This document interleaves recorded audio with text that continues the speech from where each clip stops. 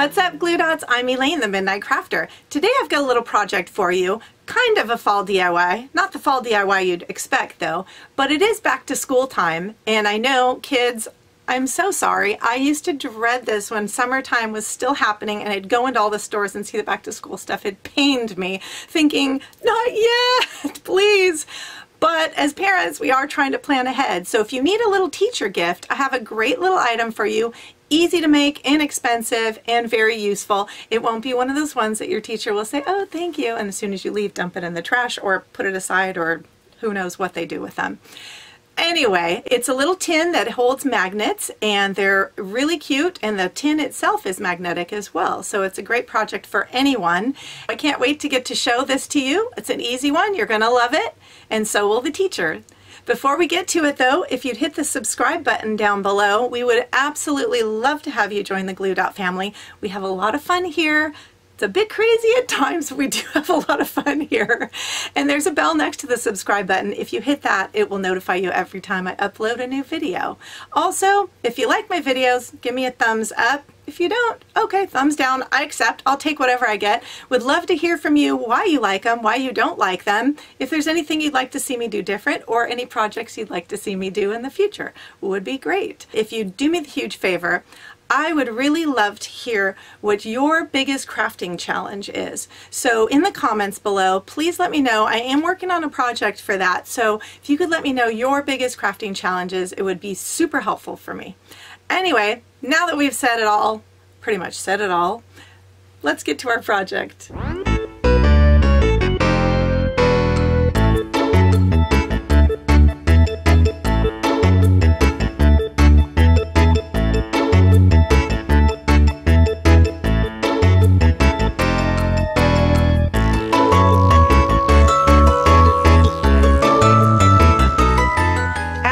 I love to give you various options depending on what you can find, what your budget is, what you feel like doing.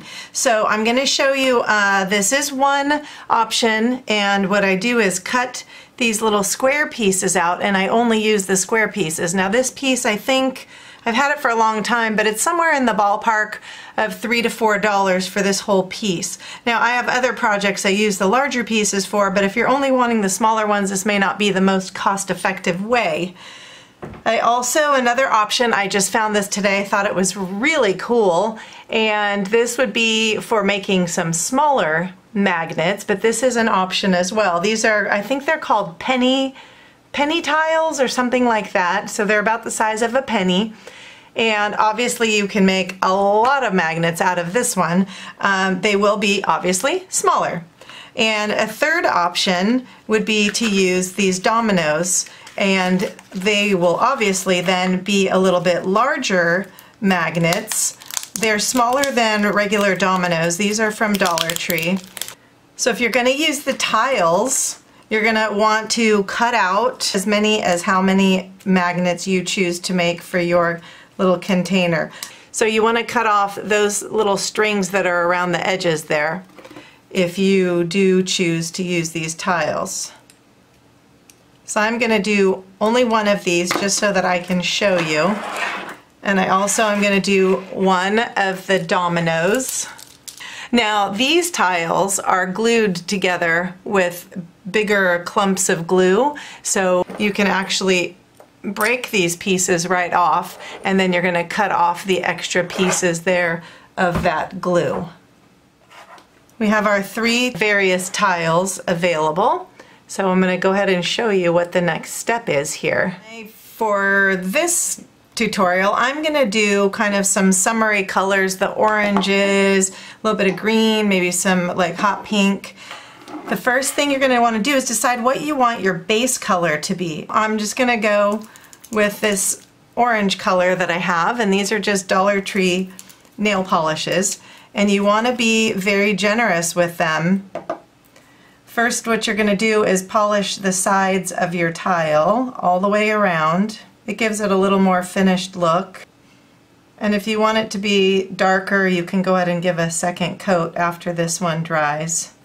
And then you want to be very generous and put quite a bit of polish on the top. You need it to be pretty wet in order for the other the other designs to actually kind of spread and to form nicely. So be real generous with the amount of polish that you put on there. Then you're going to just go ahead and decide what color scheme you want to do. This is really going to be up to your own creativity. I'm going to do some gold on there first. And you're going to do nice big drops wherever you want them.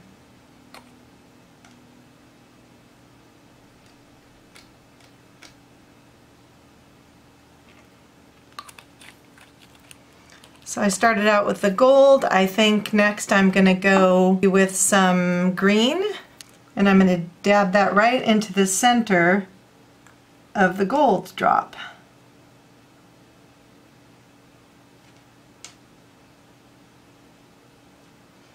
If you want to do an extra drop somewhere else, that's cool too. This is all your own creativity, whatever you decide, however you want to do it. I'm going to go with the pink now. Nice big drop of pink. And you can see kind of a design starting to come alive here. To break it up a bit, I'm going to throw some white on there. Oh, that was a big drop. It just covered up my pink one. So I think now I have to add a little something to my white dot over here because it got completely covered up. Let's see, maybe I'll go with some yellow on that. That looks like an egg. That is going to be my one tile. I'm going to move on to this one and do some different colors on this one. Now the colors you choose, you can then coordinate your container to go with whatever magnet colors you want to do. So this is going to be a nice little set that you can put together. You can maybe give it to a teacher. It would make a really great little teacher's gift, and you have plenty of time if you start now. Or, you know, this is a nice just little hostess gift if you go to someone's house, or just maybe a friend that you like to give a little something to, but nothing too expensive. A nice useful item that's not going to just sit around their home and take up space. I really kind of like the abstract nature of these. They're just, it's really fun for me. This is a really relaxing kind of just creative way of crafting, and I find that just very enjoyable. So if you're going to touch your polish down to on top of another one, make sure that there's enough on the tip that you're not rubbing it into the other dot, because you don't want the colors to mix together. You're kind of just trying to get it so that it's just about ready to drop off the brush, but then you touch it to your other color. Ooh, I'm liking those colors. That looks pretty cool. I think I'm going to throw a little dab of white in there as well. It's almost ready to drip off the brush, and then I barely tap it down to the other. Oh, okay. Well, that one had a life of its own. So that's okay. Put a little yellow. No, that's what made it look like an egg last time. We'll just go with maybe some pink inside there. I think I'm actually going to put a dot of green, even though my background is green, because, oh my goodness. Okay. Well, that wasn't such a great idea. It just went right off the edge. This is a very runny one.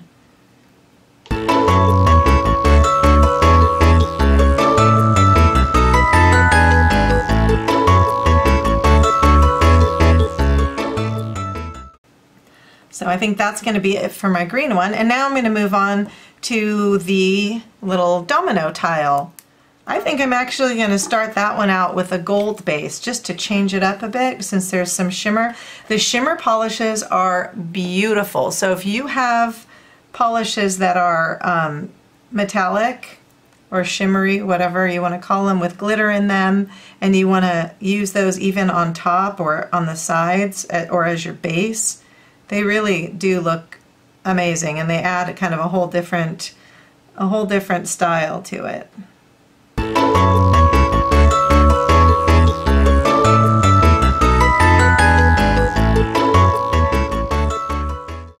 That looks like a gold brick. I don't think you can tell just how cool that is with the lighting. Let's see if I put this little light on.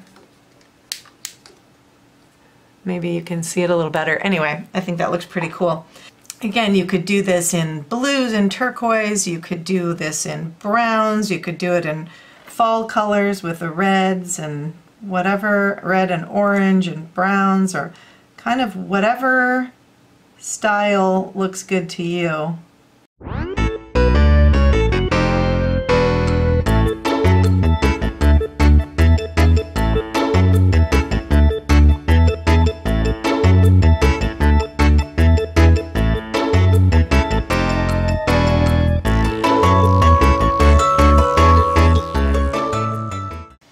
Now I really tend to like dots. It's just my thing. I love circles, dots, all that stuff.